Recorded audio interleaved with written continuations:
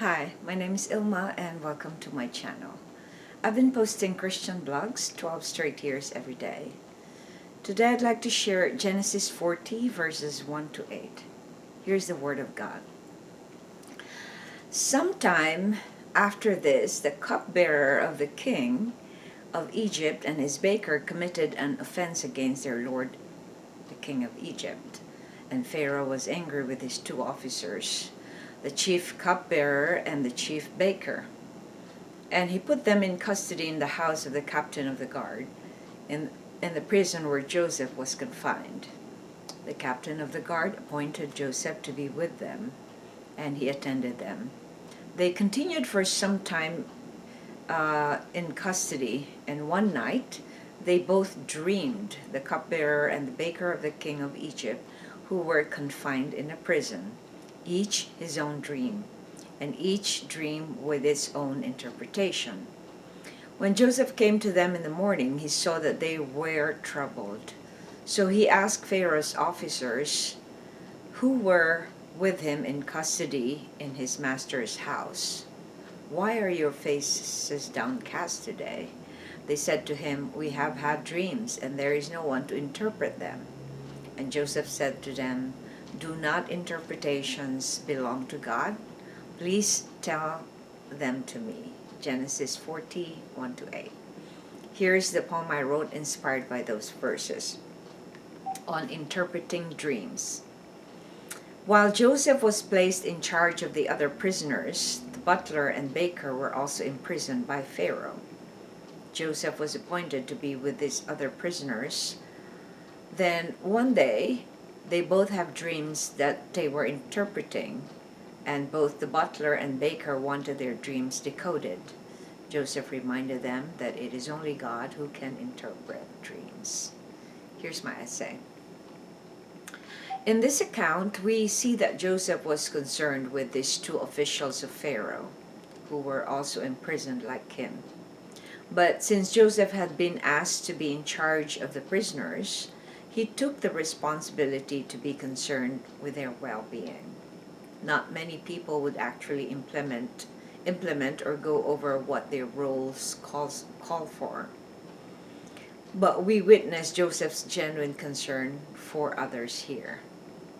Joseph also brought truth to these two officials by reminding them that it is only God who can truly interpret dreams.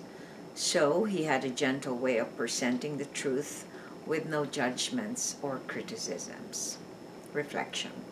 How can interpreting dreams by humans be a dangerous thing? Well, we know that during those times there were people who interpret dreams, the wise men and some other magicians. So if you remember the story of that king who was never able to be interpreted his dreams, that was in the book of Daniel, where Daniel is the only one who was able to interpret the dream because he had the Lord with him. So interpreting dreams, because dreams are part of our subconscious, and when we're sleeping, we don't really know. Sometimes it's symbolisms, or sometimes it could be something that we slept on worrying about, or that is concerning our lives at that time. So it is kind of dangerous to think that the dream is what actually it is. Just like in the book of Revelation, there are so many symbols in that book of the Bible, where if we take them literally, they are there to represent something. And if we do that in dreams, like for example, you're dreaming that you're being chased by a rat, that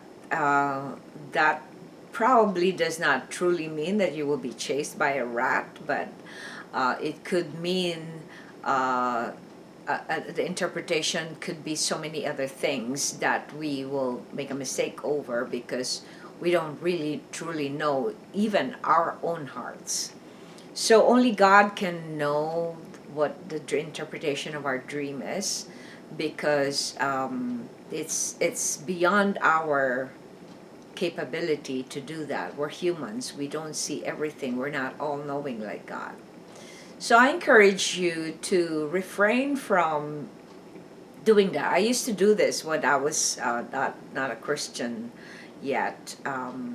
I would believe in, horoscopes and all the dreams, which is, now I know it's wrong, because those are made by humans. They are not spiritual. They're not divine. So only God, like in the olden times, God manifests answers in a dream, or give them visions of something. But we don't have that anymore. So it's important for us to recognize that being in the Word of God will keep us away from interpreting or assuming or trying to think that we know what we really don't know. Thanks for watching. I hope you check my website at ilmaarts.com for artworks, photographs, and a copy of this blog. Please subscribe to my channel on YouTube so I could make more videos and give you the Word of God. If you haven't already, please check over 3,000 videos I've done over the 12 years I've been doing this daily. Just type on Google or YouTube search ILMA'S Poem Devotional. Have a wonderful day.